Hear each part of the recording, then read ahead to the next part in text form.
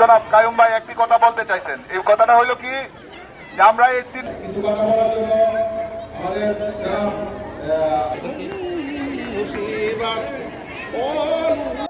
আওয়ামী লীগের আমলে সদরের যে এমপি সে সরাইল আশুগঞ্জের উপরে মাতব্বরি করত।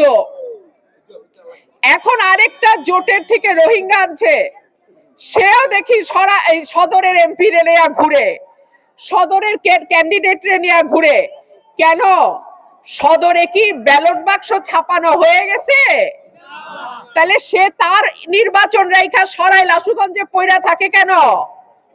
সে কি অলরেডি তার জয়টা লিখায় নিছে?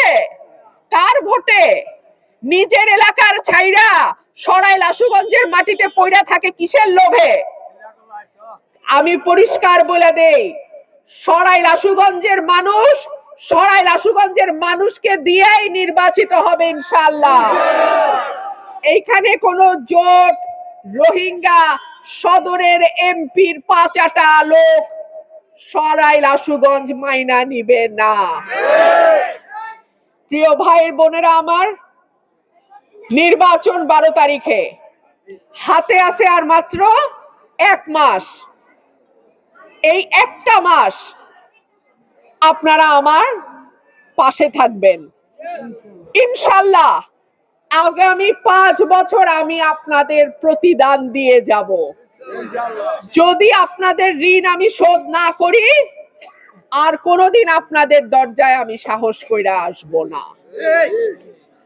আমি আপনাদের সকলের দোয়া চাই, সহযোগিতা চাই, এবং আপনাদের ঘরের মেয়ে হিসেবে আপনাদের পূর্ণাঙ্গ সমর্থন এবং দোয়া চাই। আপনারা আছেন তো আমার সাথে? আলহামদুলিল্লাহ, আলহামদুলিল্লাহ।